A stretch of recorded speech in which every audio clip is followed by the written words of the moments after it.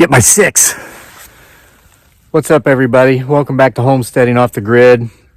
Today's video is going to be so offensive. This video is so offensive, YouTube will probably delete it and take it down by the end of the day. That's what this video is about. It's about our freedom to be offended. This is all true stories, and I'm going to have to sugarcoat a lot of it because I'm telling you, the video is so offensive, YouTube's going to take it down, so you better watch it quick, okay? So I'm out here very early. The sun's not even up yet. It's daylight, but the sun's not come up above the horizon yet. Getting firewood. We've got a big storm coming in. Here in just a few hours, all my firewood's going to be buried in snow, so I'm moving a bunch to the back porch so I can get to it here later. So what is so offensive about this video? Okay, let me explain. So this morning, I got up, having coffee, getting ready to wake the family up to get the kid off to school and all that stuff. I went to check my email, and I use have to go through a major media thing to get to my email. I know I could bypass it just by going straight to my email and then bookmarking that so I can skip all the crap. It's come to that. I've got to do that because listen to this story I read. So there was an Asian woman in Canada, Richmond, Canada. I guess that's what caught my attention. They said a Richmond woman was kicked out of a business for this nasty racist term she used that just offends an entire race. And I'm like, people still do this stuff? People are still that stupid, I mean, I understand that there are people whose hearts are filled with hatred towards others, people who are not like them. They're bigots, they're racists, there are all these, but to actually display it in public, who does that? Who does that? Well, a lot of people, obviously, you see them ending up on the internet everywhere, like the stockbroker for Merrill Lynch up in somewhere, I think Long Island or something the other day that, they put peanut butter in his son's smoothie and he went in and just went off on like a anti-immigrant tirade, got captured on the internet, and well, his life's over. Like, whatever. Like, what was her name? The girl in the park who told, a black American man out there with his dog. Well, no, he didn't have his dog. She had her dog. What do they call her? Central Park Karen. He was trying to watch birds with another with a bird watching group, and he asked her politely, "Hey, man, there's a leash law in the park, and your dog's scaring away the birds. We're out here trying to see. Can you please get your dog on a leash?" And then, of course, you remember she threatened, "Oh, you expect me to follow the rules that are made for everyone except me? Yeah, you asked me to put my dog on a leash again, and I'll call the police and tell them there's a black man out here trying to attack me." You remember that? People are nuts. They're insane. And fortunately, that man recorded that woman making that phone call, fictitiously claiming she was being attacked by a black man. Man, if that guy hadn't had his phone, he'd probably still be sitting in a cell right now somewhere, right? So I see this headline, woman kicked out of a store in Richmond because of her racist, what she said, and everybody was offended. So I'm like, how? This has got to be the dummy of the week here on the internet. We had Central Park Karen. We had the obviously not so smart Merrill Lynch stockbroker up there somewhere. Let's see how stupid this woman was. All right, one of my fellow Virginians. It did what it's supposed to do. It's supposed to lure you in, right? They call it clickbait for a reason. They don't call it click repel. It's clickbait. So anyway, it didn't happen in Richmond, Virginia. Happened in Richmond, Ontario, Canada, or something like that. Turns out the woman wasn't like a privileged white woman. She was an Asian woman. I think she was Thai. Here's the situation. I'm going to explain the situation to you, and I'm going to tell you the idiot of the week is the guy quoted in the article. Wait till you hear this, okay? So the woman was Asian. She was, some guy had taken his girlfriend's mother, okay, into the store to get a cell phone or something, or to get help with her cell phone account. And somebody in the store asked if she could remember who helped her the last time she was there, trying to get her account rep, right? So she says, "I don't know, it was some," and then I'm not going to use the word she used. It's a Cantonese word that goes back a long time, and it's its original meaning was white devil. White devil, okay? So the guy didn't understand what it meant. And so the daughter's boyfriend said, well, it was a white person, a white guy. It's a man who was white. So they're trying to find her account rep. Well, it turns out the manager of the store spoke this same language. They were Asian, spoke the language, knew what this word meant. And when the sales rep said, well, she said it was, and she used that word again, that person's like, okay. The manager said, this person's not welcome in this store. That is the equivalent of the N-word. And they told her to leave, got her out of there.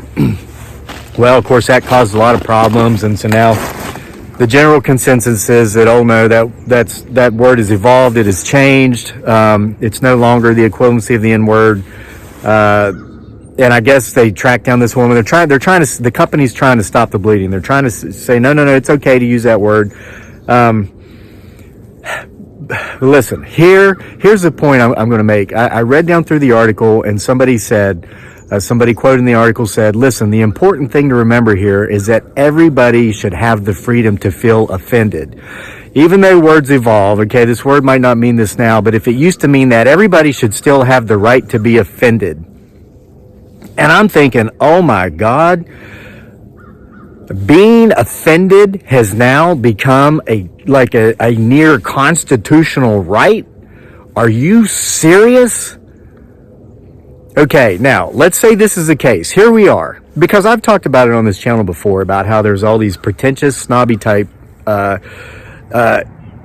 where I live, it's a university town. The majority of the people are not like this, but there's just this clique that seems to take offense to everything. And they play this game called I'm Offended First. And their goal is this. You meet them. You don't know them. Trust me, if you knew this about them, you wouldn't talk to them. And once I identify these people as being those who like to play the I'm Offended First game, I avoid them. I just avoid them.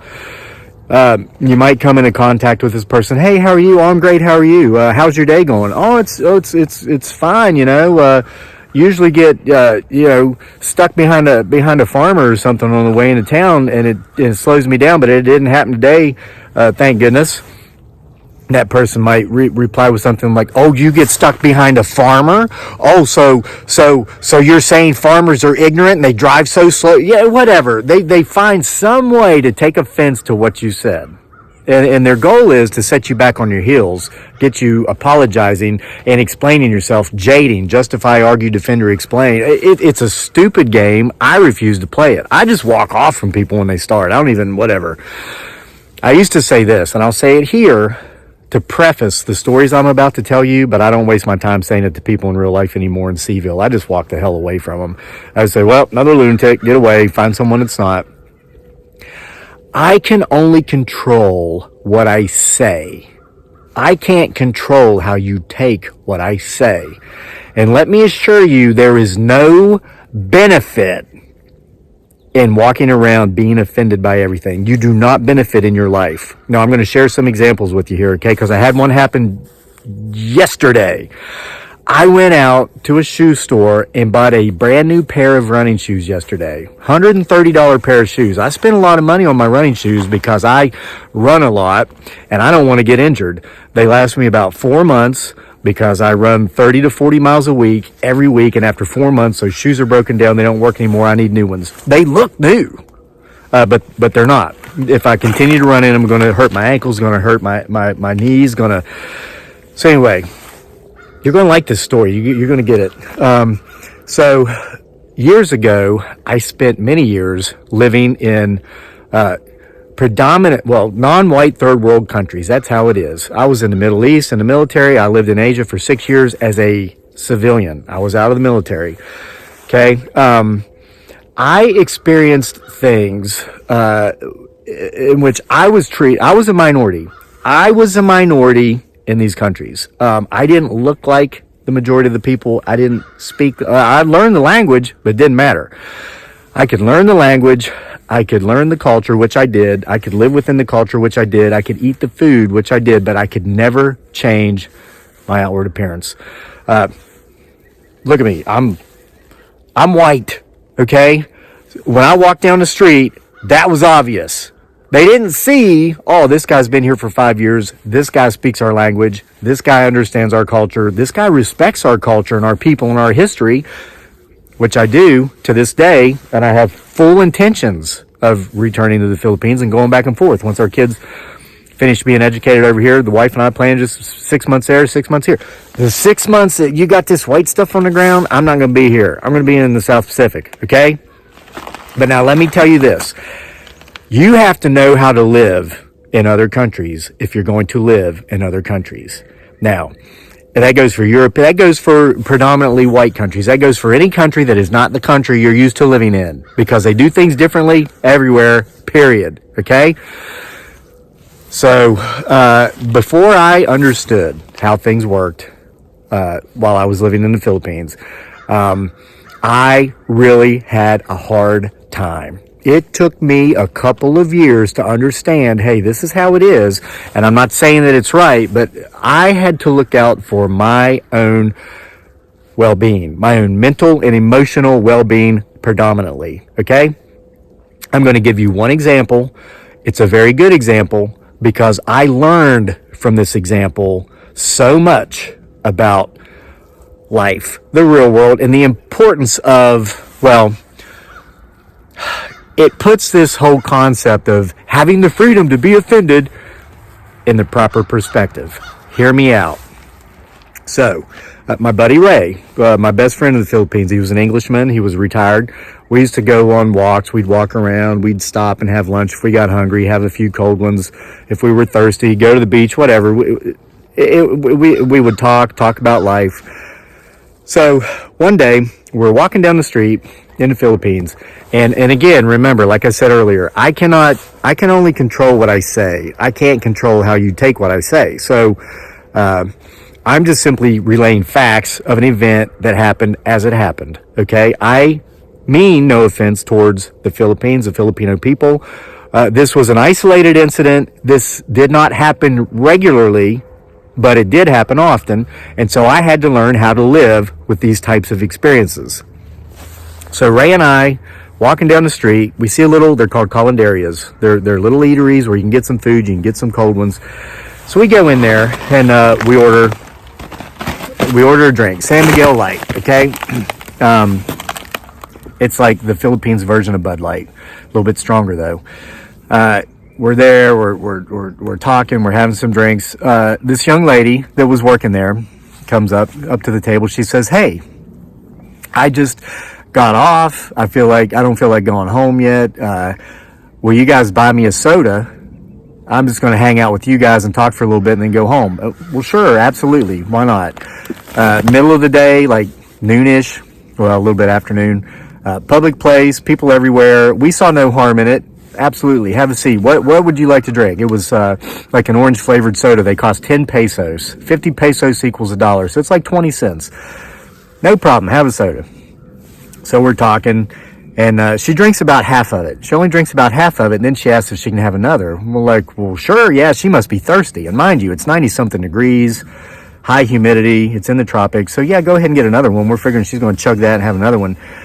Well, she runs out she goes, "Oh, I see my friend. She goes out to the street, comes back in with like, not just one friend, but a couple ladies, and says, "We buy them a pop soda too." And we're thinking, yeah, 20 cents, whatever, you know? So yeah, go ahead, right ahead. So next thing you know, maybe half an hour goes by, and it occurs to me and my friend, we'd stop to get a beer, and next thing you know, we got half a dozen girls here they all have half a dozen to a dozen bottles of pop soda. They're on the table, and they're only half drunk. And I looked at my friend, and I'm like, I think something might be going on here that they might be running a scam on us we're not aware of. And he said, yeah, my gut's telling me it's probably time to go too. Let's settle up with the check and get out of here. So we call for the check, and the manager, or the owner, the guy that owns this place, comes over, and he comes over with something like a 2,000 pesos bill, which is like $50 US. Okay, so mind you, a beer over there costs less than $1 each. Ray and I had probably had 2 or 3 beers each, so you're looking at $6. And then you're looking at all these pop sodas, but fortunately they're only 10 pesos each, right? 6 girls, probably 6 sodas. 6 times 6 is 36. Wow, 360 pesos, whatever. So you're looking at 500 pesos max if you count our beers and the sodas, which is like $10 US, right? $10. Well, the bill was 2,000 pesos, which is $50. And we asked, why is this so much? And the guy explains to us, well, you were buying ladies' drinks. Okay, let me tell you what ladies' drinks are. Ladies' drinks are when you go to a girly bar over there, or pretty much. I mean, they have them in the U.S. too. They have them everywhere. And the way the girly drinks work is that there are girls scantily clad, if clad at all, in these places, and they'll come sit with you and talk with you as long as, I think it's every 15 minutes you have to buy them a drink. And they cost 250 pesos a drink. And I've never done those. I know about these places, okay? I'm not an idiot. I'm aware of these places. I never went to them, but I know how they operate. So, and the girl doesn't even drink the drinks, and they water them down so much that if she is drinking it, she can't get a buzz. They don't want her getting drunk and going home with the customer. They want her staying there all night to bring money into the establishment, right? So the guy explains, oh no, these are girly drinks. And we're like, this is not a girly bar. This is like a colanderia here just in the middle of the market. And these girls are not the types of girls that work in those places. They don't look like those. They're fully, this is ridiculous. We refuse to pay it. And the guy said, okay, I will call immigration and I will tell them that you have refused to pay your bill. You will be imprisoned until you buy your ticket home, and then you will be deported and you will not be allowed to come back to the country for 10 years. And guess what? It's how it works. I was offended. Did that get me off the hook? Absolutely not. And my friend Ray, who'd been living there for years, he said, Kevin, this is how you handle this. He says, we have to pay this. And we had the money. He said, but we also need to make sure we never come here again. Okay? And so that's how we would protect ourselves when we would have those experiences. And again, they didn't happen all the time, but they happened regularly enough to where you always had to be looking out for it. So, but that wasn't enough for me. I was offended. I mean, not only am I an American, but before I went there, I'd spent time living in Charlottesville, the capital of I'm offended first, right? So I was used to, I mean, I knew, I guess maybe back in earlier years, I used to play I'm offended first game a little bit because I lived in Charlottesville for almost 10 years, left, came back, been back for about 6 or 8 years now. So by golly, the next day I went to the police. I saw some police on the street. They were doing the traffic thing or whatever. I saw a good-looking police officer, man about my age. I was in my mid-30s at the time. I'm almost 50 now. So I go up to him and sir, I want to tell you about something that happened to me and a friend of mine yesterday because I'm offended and I'm really upset with this. So I told him the same story I just told you. Told him where the establishment was, and I said, no, I want you to go shut them down right now. They treated us differently for obvious reasons. I got to watch I can't state the obvious too obviously. This is social media. And what guy said to me? He says, sir, I am so sorry you had that experience. He said, my parents live in Chicago. He said, I go to the U.S. at least once a year to see my parents. I love the U.S. And he said his parents had actually petitioned him to come to the U.S. He wants to live in the U.S. He said, I know that the way you were treated, and I'm shaking a little bit. Sorry about the phone moving. It's 22 degrees out here, and I have my gloves off so I can hold the phone. He says, I know that if I were treated in your country the way you were treated here yesterday in mine, heads would roll. He said, I know they would find that establishment, they would shut it down, it would be ruined in the media, mainstream and the lamestream, the fake news media, which is pretty much taking over everything. He says, but you're not in America. He says, you're here, and if you intend to stay, he says, look, you got two options. He says, you can go back to the U.S., which I could have, but at the time I couldn't afford it, didn't have money, whatever. He says, or you can accept that these things are going to happen. You can learn to look out for them. He says, like your buddy says, never go back to that establishment. He goes, in the U.S., if you're on U.S. soil, and this is, in my opinion, this is one of the things that makes America the greatest country in the world. If you're on U.S. soil, whether you're here legally or not, whether you're from here or not, you are protected fully by the United States Constitution. You might be here illegally from Zimbabwe, but no one here is allowed to take advantage of you like that. And if they do, they will be prosecuted to the fullest extent of the law. And that's how it should be, because no matter where you're from, No matter your status, you're a human being, and no human being deserves to be treated like that. And I told him, I thought, great, isn't that great? That's how it should be everywhere. He said, sir, that's what makes you unique, and that's what makes your country great, and that's one of many reasons I want to live there instead of here. He says, but you're here, and you don't have that protection.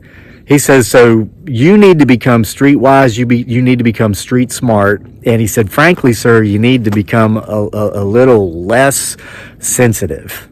Well, of course, that offended me. I used to live in Charlottesville, capital of the I'm offended first game. I swear, I think we made it up.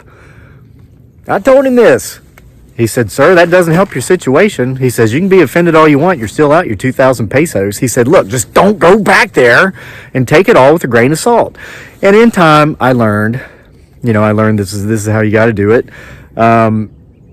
And we would get together. I've shared in other videos hanging out at the expat bar. We trade notes. You find out, okay, this happened to me here. Okay, so we don't go to that business.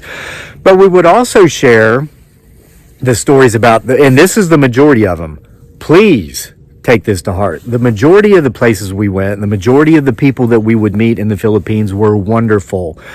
They always treated us with respect and dignity. They didn't try to take advantage. They didn't charge the skin tax. That's what we called it. And when the price went up, for obvious reasons, the majority of the people were great. The majority of the establishments were great. And after I'd been there for several years, I learned which establishments to frequent, which establishments to completely avoid.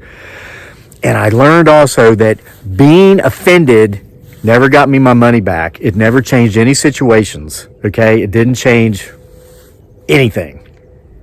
Now, to the shoe story, and then I'll wrap it up with this because I got to get my firewood. And besides, I don't want to put too much time into a video that is so offensive, YouTube's going to take it down before the sun goes down anyway. By the end of the day, whatever. So the other day, yesterday, we walk into a shoe store. Need my new shoes. My beautiful bride, Dearly, a.k.a. Giggly Girl's with me. Now remember, most of you have seen her here on the channel. There's an obvious difference between our ages and our levels of attractiveness, I guess, okay? It is so obvious that she is way younger than me, okay? And it's obvious that I am way better looking than her. All right, but we make it work. We have an amazing relationship. We're happy. We feel like we just started dating every day, even though we've been together for more than 12 years, and we got a son that just turned 11. So anyway, she goes a little bit ahead of me, and she goes over there. She's looking at a pair of shoes, and there's 2 or 3 other customers in the store, and they're being helped by people. Well, there's a cashier, lovely young lady in there. She finishes ringing up a customer. Well, she comes out from behind the counter. She looks at me, and then she looks away. Like, when I'm thinking, well, I guess she could ask me if I needed help. But listen, this is about aging too. About a year or 2 or so ago, because I'm 48 now, I noticed that more people, when I would be out and about during the day, hey, how are you? Hey, how are you? This word sir started popping up all the time. Oh, hello, sir. Good afternoon, sir. And I'm like, why is everybody calling me sir? It occurred to me, like, once upon a time, most of the people I would see throughout my day were older than me. Well, in the last couple of years, it has since occurred to me that most of the people I see throughout the day when I'm out and about are younger than me. I'm like, so it's like an aging thing. And I mentioned that in the channel, and somebody commented, because it scared me. The comment scared me. They commented, they said, yeah, well, wait till you get a little bit older and you become invisible. That's when it really sinks in. And I thought, oh my gosh, you mean you reach a certain age where it's like you're not even there? Well, obviously I reached it, because the girl comes out from behind the counter, looks at me, and then just keeps looking around like she looked through me, right? Okay, whatever. Should I be offended? No, I chose not to. Okay, I made the choice not to be offended. Even though the guy in this article says we should all have the freedom to be offended. Well, I chose not to exercise my freedom to be offended at that point. So then she looks over and she sees my wife, Dearly. So she walks over to her. And so I start walking over to Dearly, my wife. And the girl says, ma'am, can I help you with something? She goes, no, I don't need help, but my husband does. And she goes like this. Well, the girl turns around. I'm standing right behind her. She looks at me. And then she starts looking around again, like for Dearly's husband. Looking around for her husband. And then it's like understanding sinks in. This beautiful young Asian lady is married to this creepy old hillbilly hick looking guy right here. I mean, I wasn't wearing this hat, but come on, man.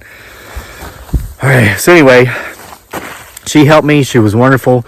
She was knowledgeable. She was courteous. She treated me with respect and dignity, and I got my shoes. But now listen, here's my point. I could have been offended by that. I could have been offended that she was looking through me. I could have been offended that she would have never guessed in a million years that I was married to a young, beautiful lady. But I learned years ago through those other experiences that there's really no benefit in it. I wasn't going to get 10% off the price of my shoes because I was offended. I wasn't going to get a coupon for 20% off my next visit because I was offended. The only thing I may have accomplished, if I would have shown my backside like so many of the yuppies do here when they're offended, I might have made that young lady, who couldn't have been more than 22, a little bit uncomfortable. I could have made her question what it was she had done wrong.